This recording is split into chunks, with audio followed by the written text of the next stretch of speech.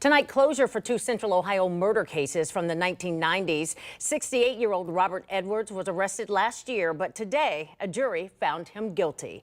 Good evening and thanks for joining us at 11, everybody. I'm Yolanda Harris. And I'm Andrew McKenzie. 10 TV's Carly Dion talked to a family member of one of those victims. She's live in studio tonight with reaction to the verdict. Carly. Andrew and Yolanda, today I spoke with Regina Dawson, the daughter of Michelle Dawson, who tells me she was just 17 years old when her mother was murdered. It was 1 month, 1 day before my 18th birthday.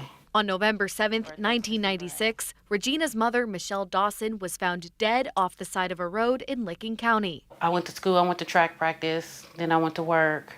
And while I was at work, I'm hearing it on the radio, and I'm talking about they found a Jane Doe off of James Road, not knowing that it was my mother. Dawson says for years, she and her family were left with more questions than answers as to who her mother's killer was. We searched, we looked, couldn't find anything. Until 2 years ago, when DNA found on her mother's body was linked to Robert Edwards. His DNA was also consistent with the body of Alma Lake, who was found dead in June of 1991 in Franklin County.